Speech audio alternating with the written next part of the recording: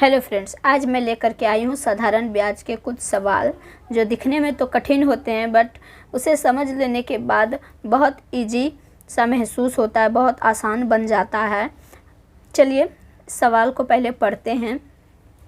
कितने वर्षों में 12% वार्षिक दर से ₹3000 का साधारण ब्याज 1080 हो जाएगा? तो कितने वर्षों में, यहाँ हमसे टाइम पूछा गया है सवाल में।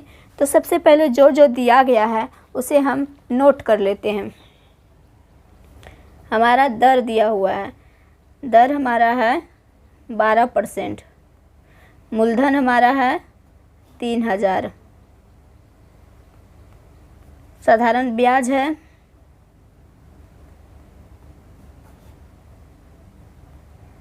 1080,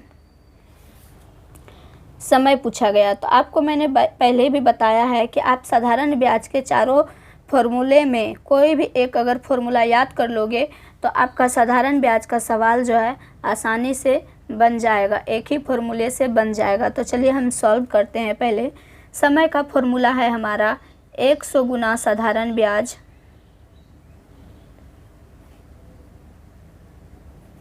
बटा दर गुना मूलधन। यहाँ पे जो जो दिया गया उसे हम बिठा लेते हैं। हमारा 100 साधारण ब्याज है 1080, दर हमारा दिया हुआ है 12% और मूलधन हमारा है 3000।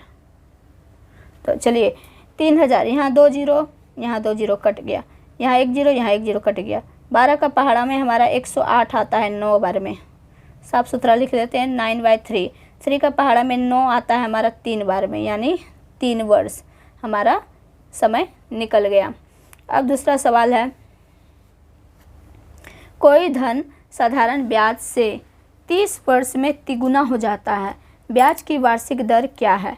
तो यहाँ पे दो चीज़ नहीं दिया गया हुआ है। एक तो हमारा साधारण ब्याज भी नहीं दिया गया है, ना ही मूलधन दिया गया है, ना ही दर दिया गया है, बस सिर्फ समय दिया गया है। तो हम समय को सबसे पहले हम मूलधन मान लेते हैं।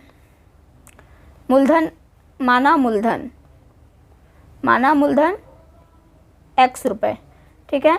और मिश्र धन दिया हुआ है कि 30 वर्ष में तिगुना हो जाता है, ठीक है। तो यानी कि मिश्र धन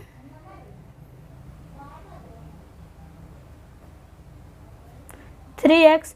तो हमारा मिश्र धन कैसे निकलता है? साधारण ब्याज कैसे निकलता है? मूलधन और मिश्र धन को अगर हम घटा देंगे तो हमारा साधारण ब्याज निकल जाएगा।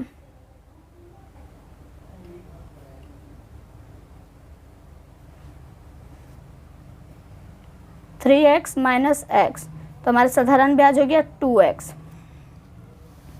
तो चलो समय हमारा दिया गया है 30 वर्ष, रेट निकालना है, अब दर निकालना है। दर का फॉर्मूला है, देखो समय का भी फॉर्मूला 100 गुना साधारण ब्याज दर गुना मूलधन। तो यहाँ पे वही हम करेंगे, 100 गुना साधारण ब्याज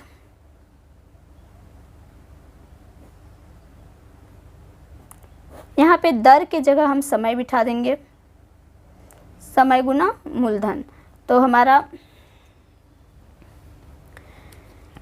100 साधारण ब्याज है 2x, मूलधन हमारा है, समय हमारा है 30, मूलधन हमारा है x। तो ये x कट गया हमारा, 1 जीरो 1 जीरो ये हमारा कट गया। तो बचा हमारा 20/3।